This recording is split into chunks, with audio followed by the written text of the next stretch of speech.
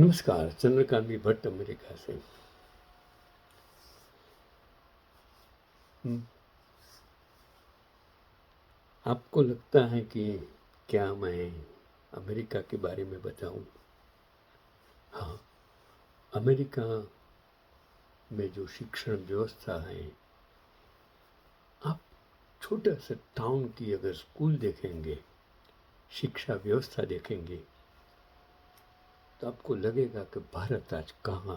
और उसमें अभी गुजरात में जो ग्रांटेबल में से नॉन ग्रांटेबल शिक्षा व्यवस्था करके शिक्षा का बंटाधार कर दिया है, तब मुझे लगता है कि क्या हम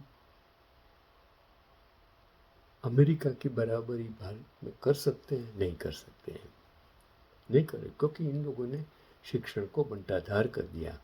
ऐसे लोग सत्ता में आ गए हैं जो लोकशाही के लिए लायक नहीं है, क्योंकि वो एक दौर था आज़ादी के बाद का, और शिक्षक ही देश को महान बना सकते हैं। डॉक्टर अब्दुल कलाम एक सच्चा शिक्षक, एक सच्चा वैज्ञानिक। आपने तो देश को धर्म के नाम बांटने और हिंदू मुस्लिम करके सिर्फ सत्ता वो प्राप्ति का एक जरिया बना दिया है। देश को बर्बाद मत कीजिए। एक बार डॉक्टर सर्वपल्ली राधाकृष्णन एडिनबर्ग विश्वविद्यालय में भाषण दे रहे थे। हॉल खचाखच भरा था। तभी एक छात्र ने उन्हें परेशान करने के इरादे से पूछा, सर, क्या आप हमें ईश्वर का पता बता सकते हैं? मैं भी आपको कहता हूँ कि मुझे ईश्वर का पता बता दीजिए। भारत में कौन से मंदिर में भगवान बैठा है, मुझे बता देना। यह किस्सा तब का है जब भारत के महान दार्शनिक और पूर्व राष्ट्रपति डॉक्टर सर्वपल्ली राधाकृष्णन को एडिनबर्ग विश्वविद्यालय में एक व्याख्यान देने के लिए बुलाया गया था, और हाल छात्रों और विद्वानों से खचाखच भरा हुआ था। हर कोई उनकी बुद्धिमत्ता का लोहा मानता था। लेकिन सभा में एक ऐसा छात्र भी था जो अपनी तर्क की तलवार से डॉक्टर साहब को नीचा दिखाना चाहता था। जैसे ही प्रश्न उत्तर का दौर शुरू हुआ, वह छात्र अपनी सीट से उठा और बड़े ही शरारती अंदाज में मुस्कुराते हुए पूछा, सर, आप अध्यात्म और ईश्वर की बड़ी बातें करते हो, क्या आप आज इस भरी सभा में हमें ईश्वर का सटीक पता बता सकते हैं? पूरे हॉल में सन्नाटा छा गया। कुछ लोग छात्र की दुष्टता पर हैरान थे, तो कुछ दबी जुबान में हंसने लगे। सबको लगा कि अब कोई लंबी चौड़ी दार्शनिक बहस छिड़ेगी, या शायद डॉक्टर साहब इस सवाल को टाल देंगे। लेकिन डॉक्टर राधाकृष्णन के चेहरे पर एक दिव्य मुस्कान आई। उन्होंने बिना एक सेकंड की देरी किए बहुत ही सहजता से जवाब दिया, बेटा, ईश्वर का पता बहुत सरल है। अहंकार रहित हृदय, ए हार्ट विदाउट ईगो। लेकिन याद रखना, वहां तक पहुंचने का रास्ता थोड़ा कठिन है। समस्या यह है कि उस घर में प्रवेश करने के लिए तुम्हें अपनी बुद्धि का बोझ, पांडित्य का अहंकार दरवाजे के बाहर ही छोड़कर आना पड़ेगा। आज सत्ता में बैठे छोटे से छोटे इंसान भारत में इतना अहंकार का बोझ, उसके जिम्मेदार सत्ता में बैठे मुखिया, इनके लोग, इनका पक्ष जिम्मेदार हैं। जो पहले कभी सत्ता में बैठे लोग, बड़ा प्रधान, आप अटल बिहारी वाजपेयी को देखिए, यार, लाल बहादुर शास्त्री को देखिए, राजीव गांधी को देखिए, नरसिंह राव को देखिए, कितने विद्वान थे। मोरारजी देसाई को देखिए, कितने विद्वान थे। कभी इन लोगों ने कोई नौटंकी भारत के इतिहास में नहीं की। गुजरात के इतिहास में किसी भी चीफ मिनिस्टर ने ऐसी नौटंकी नहीं की जो 3 दशक गुजरात में और 1 दशक भारत के इतिहास में जो नौटंकी हो रही है। चलो छोड़ो, मुझे दर्द होता है, इसके लिए मैं बोलता हूँ, माफ करना। तो यह सुनते ही जैसे पूरे हॉल में बिजली दौड़ गई। वह छात्र जो खुद को बहुत बुद्धिमान समझकर चुनौती देने खड़ा हुआ था, निरुत्तर होकर चुपचाप अपनी सीट पर बैठ गया। पूरा हॉल काफी देर तक तालियों की गड़गड़ाहट से गूंजता रहा। आज के दौर में जहां हम जरा सी बात पर ऑफेंड हो जाते हैं या सोशल मीडिया पर बहस करने के लिए तैयार रहते हैं, डॉक्टर राधाकृष्णन का यह किस्सा हमें दो बड़ी बातें सिखाता है। पहला, यदि आपके पास ज्ञान है लेकिन अहंकार भी है तो वह ज्ञान किसी काम का नहीं। असली समझदारी वही है जो आपको सरल बनाए। और दूसरा, विरोधियों को चुप कराने के लिए चिल्लाने की जरूरत नहीं होती, उसकी मिमिक्री करने की जरूरत नहीं, उसको बदनाम करने की जरूरत नहीं है, बल्कि शांत दिमाग और सही शब्दों का चुनाव ही सबसे बड़ा हथियार है। वह केवल शिक्षक नहीं, राष्ट्र की चेतना का आधार थे। ज्ञान के महासागर में सादगी का अनमोल अवतार थे।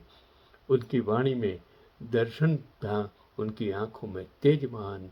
भारत के उस रत्न को शत शत नमन और कोटि कोटि नमन प्रणाम करता हूँ। लेकिन मुझे लगता है कि आज के युवा जन को मुझे ये बताने की ज़रूरत है कि डॉक्टर राधाकृष्ण सर्वपल्ली राधाकृष्णन 1888 टू 1975 स्वतंत्र भारत के प्रथम उपराष्ट्रपति, 1952-1962 और दूसरे राष्ट्रपति 1962 टू 1967। पहले उपराष्ट्रपति और बाद में राष्ट्रपति। वे एक विश्व प्रसिद्ध भारतीय दार्शनिक, विद्वान और महान शिक्षक थे जिन्होंने अपना पूरा जीवन शिक्षा और दर्शन को समर्पित कर दिया था। वो उसका परिचय देना, क्योंकि शिक्षक दिवस, उनके सम्मान में भारत में हर साल 5 सितंबर को उनका जन्म दिवस शिक्षक दिवस के रूप में मनाया जाता है, वो उनका सौभाग्य है। उन्हें शिक्षा और राजनीति में उनके अमूल्य योगदान के लिए 1954 में देश के सर्वोच्च नागरिक सम्मान भारत रत्न से नवाजा गया था। उन्होंने भारतीय दर्शन और पाश्चात्य दर्शन के बीच सेतु का कार्य किया।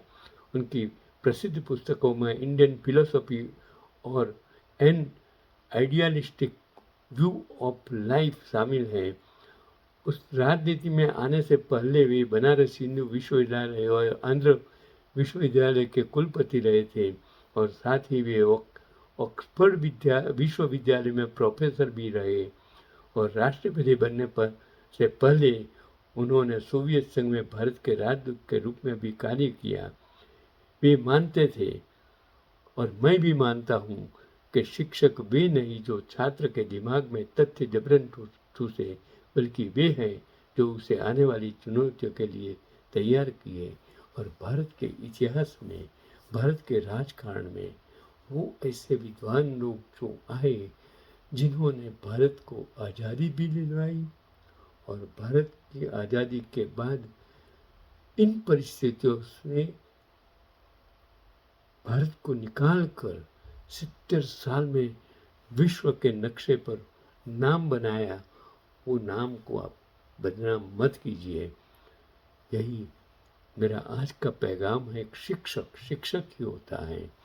देश का राजकारण आज ऐसे लोगों के हाथ में आ गया है जिन्होंने कभी शिक्षा के साथ कोई संबंध नहीं था, बिजनेस के साथ कोई संबंध नहीं था। इस दो गुजरातियों ने भारत में सरदार और गांधी ने जो नाम दिया, नाम कमाया, भारत को महान बनाया, आज वही गुजरात में से पैदा हुए गुजरातियों ने इस नाम को कलंकित करने का दुष्ट मतलब जो काम किया है वो मुझे शर्म आती है, क्योंकि मैंने वो गुजरात देखा है।